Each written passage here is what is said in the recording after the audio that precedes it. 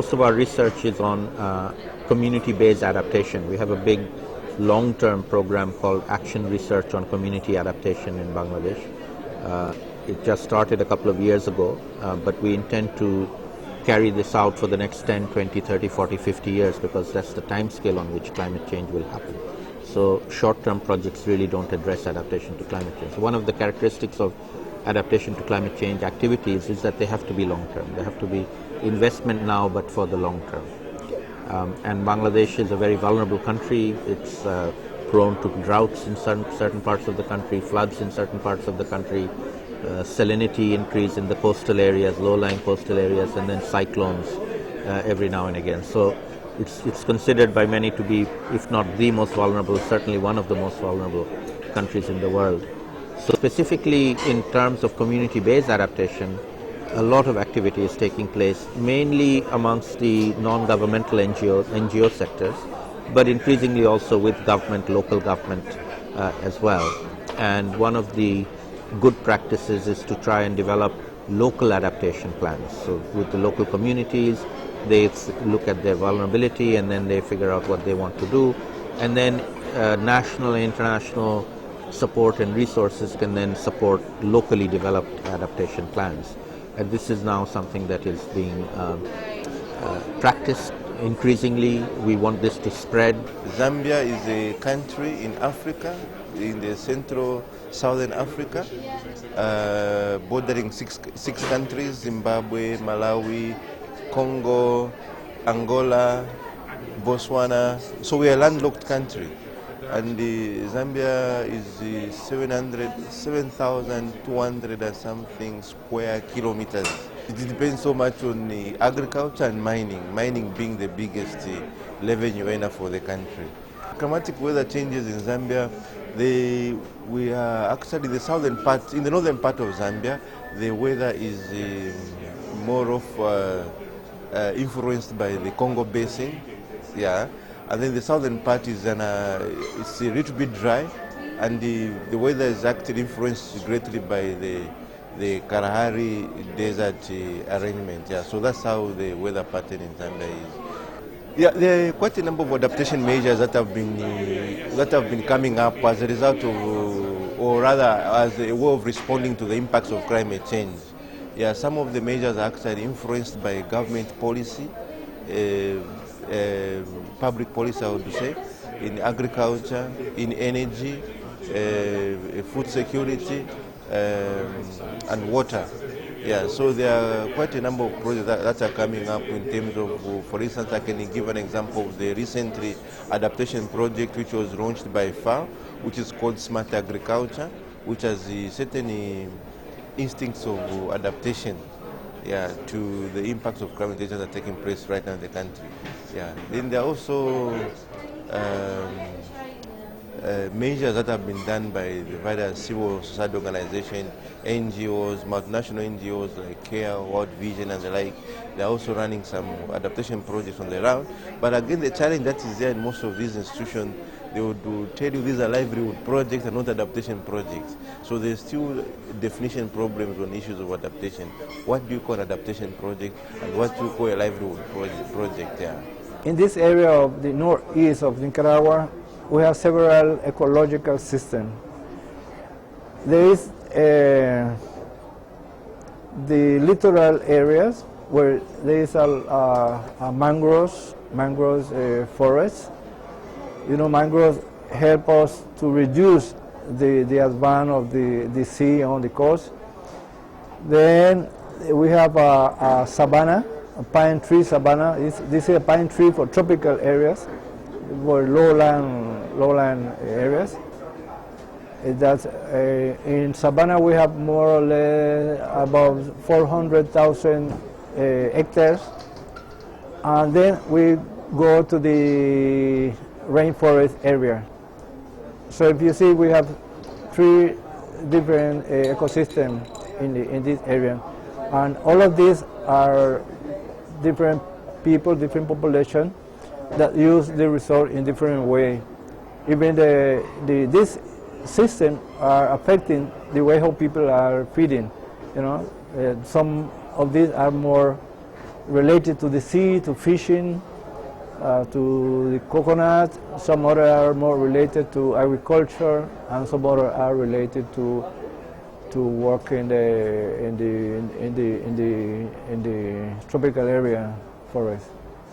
Well, in adaptation, what we are trying to do specifically, one example is that we are trying to collect the traditional seed. The traditional seed is better than the what they call it improved seed or hybrid seed in rice, beans, and corn. That is, and we also are looking to make a reforestation, but with some fruit, local fruit that allow people to improve the diet and to have access to vitamin and mineral in fruit. So, in a sense, we've been reforesting Israel since the 1950s, and we have reforested. I would say, how many dunams, Gil, have we reforested? No, all the regions. 1 million dunams we've reforested in Israel, and of course a lot of the trees then have just sprouted by themselves. You know, there's been a natural growth after that. But what the issue is that, you know, we see that we had to take a very active and proactive policy in keeping Israel green, making sure that there's the green lungs around the urbanized areas, making sure that people have a place that they can go on weekends, even if they don't have money. Everything's open free of charge, to go to the forest, to have trails, to have playgrounds, to have areas to educate them to value the forest for what it has to offer. Now, within the years, we've started to realize we're kind of ahead of the game in that sense in climate change, because as I said before, we don't have water. We didn't have trees, you know, we certainly don't have oil, so at least in that sense we don't have an issue. But we had to learn to adapt from a very, very early stage, and that's really what we've been doing. We've been doing that already for 60 years, 50 years of adapting to our environment so that we can learn, you know, how to live and have a good quality of life for us and for our future generations. And I would say that now, as we've learned over the years how important climate change is and how important it is, all the things that we're doing, we now are gearing our policies and our research and our activities to that goal. And in that sense, then we work all over the country in Israel. And so, as I said before, it's very important for us, the idea that the shareholders are involved, that we take a biosphere type approach to the open land management, and that we get people involved, because we don't believe that you can make a reserve, lock everybody out and say don't touch. We don't have the space for that. We need to be able to say, okay, this is a resource, this is here, you're here to enjoy it, but you have to, you know, take care of it as well. Geographically across the country, I've worked with communities basically all along the eastern seaboard and extending up into the north of the country, in provinces like the Western Cape, the Eastern Cape, KwaZulu-Natal, Mpumalanga and Limpopo. So that's basically a big arc around South Africa. And I think you know, the kinds of impacts that the communities I've been working with have been seeing, I don't think any of this will come as a surprise that communities have started to see much greater levels of rainfall variability. As poorer people are worse and worse affected, what ends up happening is that they become forced off their land, and then the land gets consolidated into larger groups. They either get bought out by their neighbors, or more disturbingly, what ends up happening is that commercial farmers start to take over. This is obviously very problematic when you look at South Africa, and we have a situation where we've got 12 million landless people, which is, you know, it's basically a quarter of our population. Unfortunately, you know, there's no real way to be able to adapt around this kind of thing. You know, the adaptation technique is move off the land and go and live in a slum, which is not really, I think, a very healthy way of being able to manage this kind of scenario. But there are a number of other things that are starting to happen as well, and some of them, you know, It depends on who you talk to, and they'll tell you, some people will tell you it's great and some people will tell you it's not. I mean, I recently had a chat with some people in the insurance sector, and they're now starting to sell crop insurance onto small-scale producers in far-flung rural areas. From my perspective, I don't like that. I don't think that that's a great situation in terms of the fact that I don't think that people who have had zero contribution towards climate change should end up having to fork out money out of their own pockets in order to be able to protect themselves from this in essentially a commercial way. Other people will tell you that it integrates people into the market economy.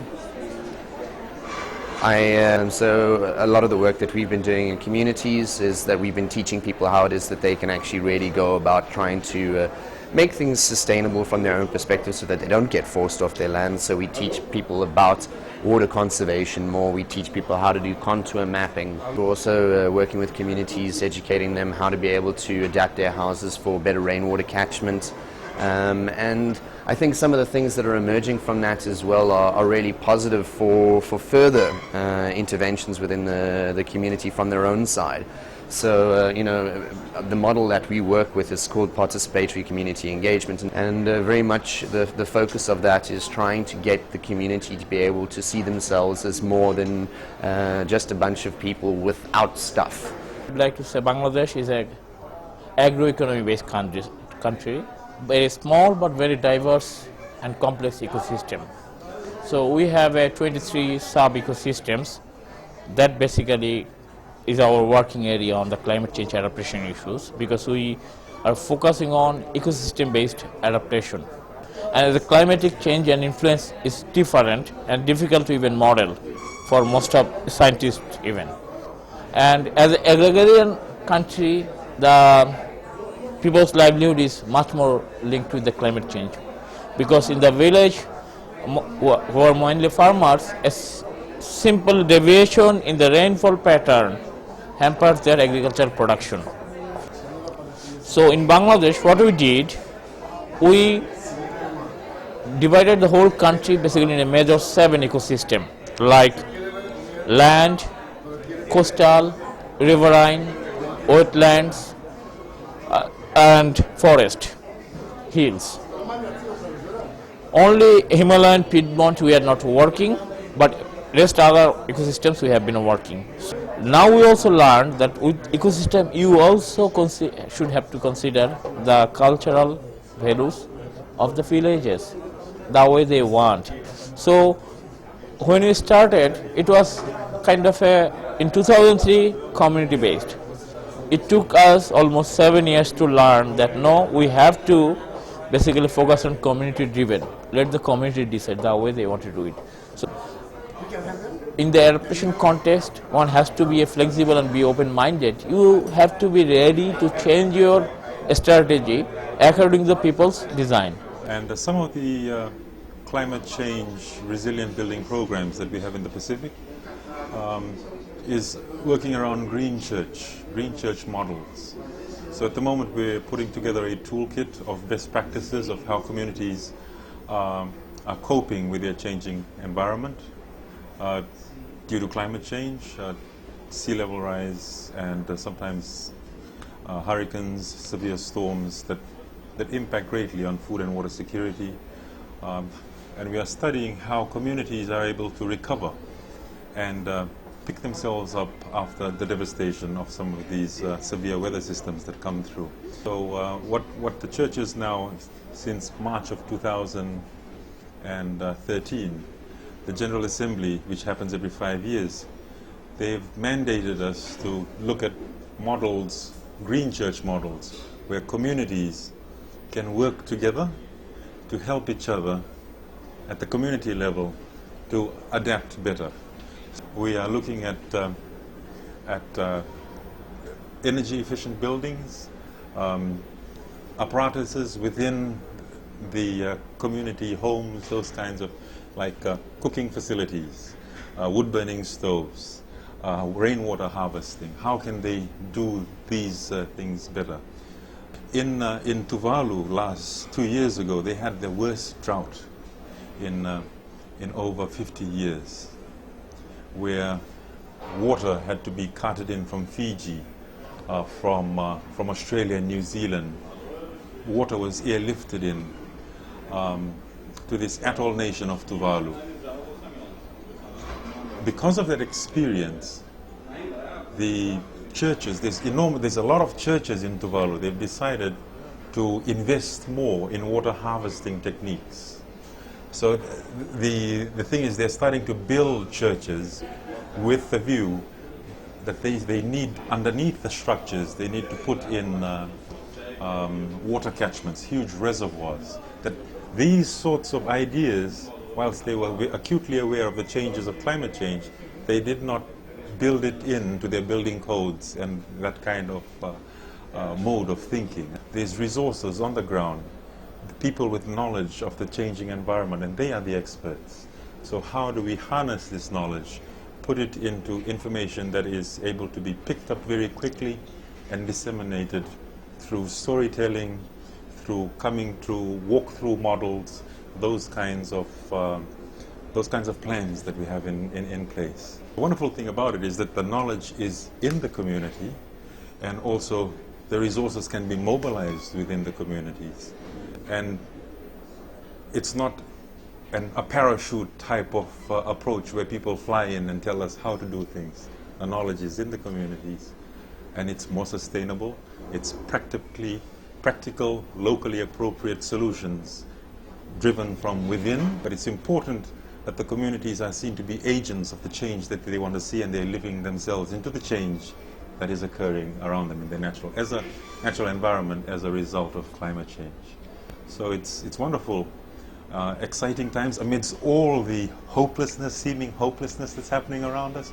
But it's important to note that human beings have an innate and inherent ability to bounce back and adapt to their changing landscapes. But we are finding that there are some very local solutions that can signal, or that can be held up as lighthouses to the rest of the world, as yes, we are doing something. We are not only victims, but we are agents of that change that we want to see in the world.